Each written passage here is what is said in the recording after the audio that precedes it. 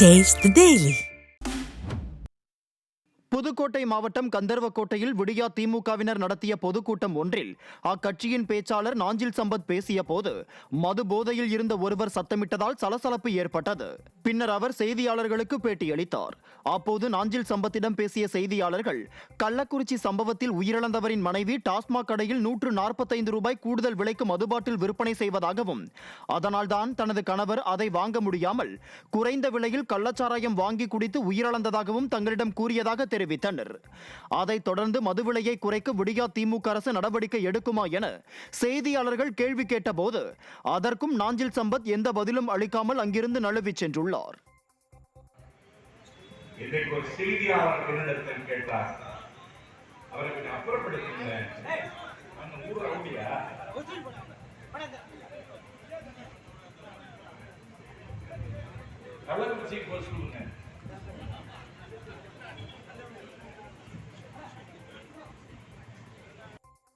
புதுக்கோட்டை மாநகராட்சி சேரன் மாநகர் பகுதியில் விநியோகிக்கப்பட்ட குடிநீரில் கழிவுநீர் கலந்து துர்நாற்றத்துடன் வந்ததால் பொதுமக்கள் அதிர்ச்சியடைந்தனர்.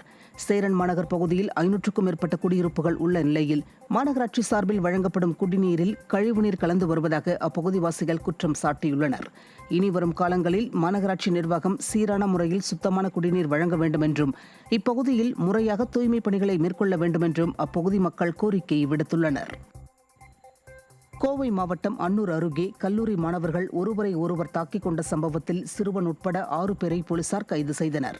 அன்னூர் அருகே உள்ள கோவில்பாளையம் பகுதியில் உள்ள தனியார் கல்லூரியில் இரு மாணவர்களுக்கிடையே யார் கெத்து என மோதல் ஏற்பட்டது. இந்த மோதல் குழு சண்டையாக மாறி செல்போனில் ஒருவரை ஒருவர் திட்டிக் கொண்டனர். மேலும் கல்லூரிக்கு வெளியே விடுதியிலும் இரு தரப்பினரும் சரமாரியாக தாக்கிக் கொண்ட நிலையில் ஒரு தரப்பு மாணவனை தாக்குவதற்காக மற்றொரு தரப்பு மாணவன் ஆட்களை திரட்டிக் கொண்டு பயங்கர ஆயுதங்களுடன் திரண்டனர். இதை அறிந்த அந்த மாணவன் போலீசாரிடம் அளித்த புகாரின் பேரில் தாக்குதலில் ஈடுபட முயன்ற சிறுவன் மற்றும் 5 கல்லூரி மாணவர்களை போலீசார் கைது செய்தனர். நீலகிரி மாவட்டம் உதகையில் சாலையில் ராட்சத மரம் விழுந்ததால் போக்குவரத்து பாதிக்கப்பட்டது. உதகை அருகே கள்ளக்குறை செல்லும் சாலையின் நடுவே பலத்த காற்று வீசியதன் காரணமாக ராட்சத மரம் விழுந்தது. இதனால் அவலாஞ்சி, குந்தா உள்ளிட்ட இடங்களுக்கு செல்லும் வாகனங்கள் மாற்றுப்பாதையில் திருப்பிவிடப்பட்டன. சம்பவ இடத்திற்கு வந்த தீயணைப்பு மற்றும் மீட்பு படையினர் மரத்தை அகற்றி அப்புறப்படுத்தினர்.